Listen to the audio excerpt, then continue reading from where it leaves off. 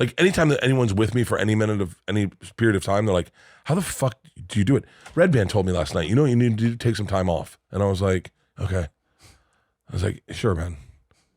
And he was like, no, you do. And I was like, I mean this as a friend, but like you have no idea what my life's like. Like no idea. I don't mean that like I'm overwhelmed. I'm just saying like I got a lot going on. And so like That's I'm true. just trying to keep my head above water. water. There is a degree though of truth that you should acknowledge in that statement though.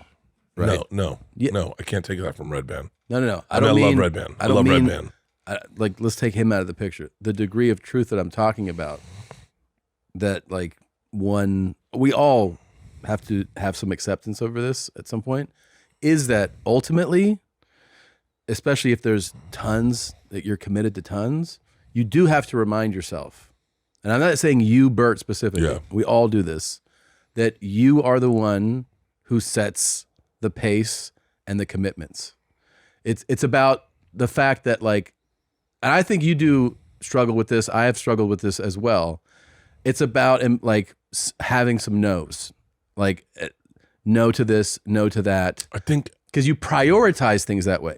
When you say yes to everything, you're actually saying no to some of the things you give a shit about, because you're eliminating the possibility to do some of the things you care about well, because you're saying yes to too many things. If you say yes to everything, and we've all done this, you're saying no to some things that you care about, and you're saying halfway yes to some of the things you care about because you're too spread out and you're too exhausted to do everything well. No, I haven't run into that yet.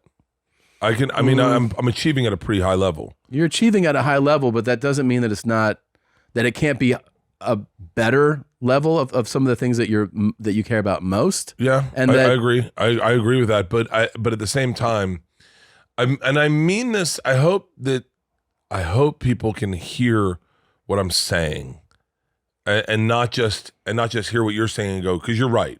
You're right. You're definitely right.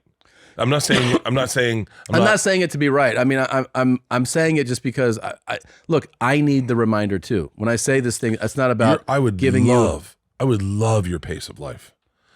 Well, but like, hang on. Well, okay, so like, perfect example. I signed up for the fucking craziest tour. Yeah, but my tour's as crazy, and I fly to Austin once a month to do a podcast, and and you're right. I overpack my schedules. Yeah. Like we all have a crazy tour. You have I wish I didn't have a fear of flying. That was number one. Yeah. I wish I didn't have a fear of flying. I'm jealous of you. I'm jealous that you fly home sober and you like look at a paper and you have a coffee on the plane and then you get home and you play with the kids and then you like work out. Like I would love that. But instead I get all worked up when I have to fly. I wish I could get rid of that. For me, I have to have the structure when I'm home. Like when I'm home and I don't get home often. Yeah. But at the same time, it's like, but do you ever, but hang on, the last thing I'll say, and I mean this respectfully, but like you have I hope people hear this right. You have the luxury of being wanted young. Like you have the luxury of people wanting you when you were younger in the business, before you guys had kids. You were blowing up. You guys got money before me and Leanne got money. And we watched you guys I remember going to your houses and being like, holy shit, like when the fuck did this happen? And then you go to the next house, I'm like, you're what the fuck? And you guys were very taking it in pace and all that. But I think I got it later. Mm-hmm.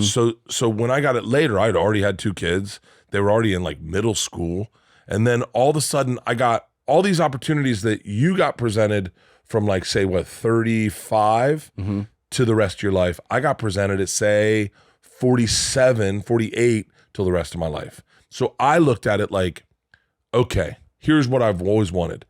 I never got to do oddball. I never got to do it. And you knew how bad I wanted to do that. That's my dream. Someone said it to me when we were at the US Open doing the first Fully Loaded show. Yeah. They're like, can you believe you created this? What was the inspiration behind creating this? And I said to them, candidly, if I didn't create it, no one would ever ask me to do it. Like if I didn't do this, no one was going to say, hey, we want Bert. Like if I didn't force, So you created the thing you wanted. I created the thing I wanted. And like when I started doing social media to promote my shows, it was because no one gave a fuck. And so I was like, I got to make this happen for Bert. Yeah. I need to get behind Bert and make this happen. Whereas you have the luxury of, you still, Tommy, have like fucking 20 years of a career to go that everyone's excited to see, including myself. I am on a fucking timeline, I feel like, where I feel like Tupac, where I go. We're only like 6-7 years apart in age. I know, but you had a jump on me by another 10 years almost, like by like another 5 years. So that you feel like you're working on a timeline right now. I feel like I am. I feel like I got fully loaded. I got I like specials. Like you're still like 2 specials ahead of me. I'm like, here we go. Like I got to fucking write. I got to get on stage. I got to do stand up. Like I feel like the starting gun went off and I didn't hear it or I wasn't paying attention. So I'm like behind. And so I pack myself. Like I mean this. Once again, I mean this with love, but I watch what you're doing here and at YMH, and it's not just the shows. The shows are fucking awesome, but what you're doing as a business is so inspiring. But you got to remember, I'm just getting inspired. You were inspired by someone fucking 5 years ago that I did not see that happen for. And so then I just started my production company. You've had YMH for fucking, I remember when you told me I'm going to start taking this seriously. And I remember going like, what? Like the podcast? Like I didn't get it. So I'm always late to the party. And when I show up at the party, I feel like this is a great analogy. I'm always late to the party. I feel like everyone's been drinking and I got to catch up. And so I'm doing shots and I'm snorting coke and I'm smoking weed. And then maybe sometimes it looks like I'm out of control.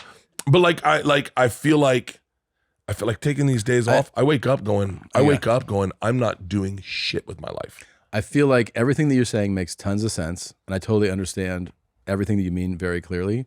But I think even you just saying it, part of your brain has to also understand that you don't have to view it exactly that way. Like, it's almost like you can see why you're seeing it that way, but that you also get that, like, if you don't do everything in the next 2 months, you can spread some of that stuff out over 6 months and have a pace that is more enjoyable to your life and to your health. And like, I feel like some of that still has to register to you, you know, that it doesn't have to be like this all the time. It does not have to be like this all the time. And to be honest with you, the reason I'm taking so much time off right now is because both girls are home for the summer and I'm spending time with them and I'm trying to enjoy it. I do have this inner voice that when I wake up, if I don't have like a semi-busy day, like a at least like a podcast, or I feel like I'm not doing anything with my life, where I go, I'm just wasting. What am I just going to sit here? Yeah. Like I feel like I'm wasting my time. We're the same with a lot of things. We're very similar. I think I'm starting to realize how similar we are the more we know each other. Because I always thought you were the I don't give a fuck guy. Like just like I don't give a fuck. Like and just like things will happen, and then I see you busting your ass to get deals done, and I go like, I definitely give, and I'm the same way. I mean, Christina's always like, can you what does she say to me? She goes, I just get home from a tour, and she's like, what are you doing tomorrow? I go, well, tomorrow I'm gonna do this. I'm gonna go fly a helicopter. I'm gonna work out, and she's like, can you just be, like, I can't just be and just enjoy the day. Leanne said to me the other day, she goes, let's sit on the porch and read a book. I go, read a book? Yeah. About me? You want me to read my book about me? I'll do that. Am I in Tom's book? I'll read his book. I'm not going to fucking sit there and read a fucking Huck Finn novel. Yeah. I was like, I just don't get it. Bert and Tom, Tom and Bert. One goes topless while the other wears a shirt. Tom tells stories and Bert's the machine. There's not a chance in hell that they'll keep it clean. Here's what we call 2 bears, 1 cave.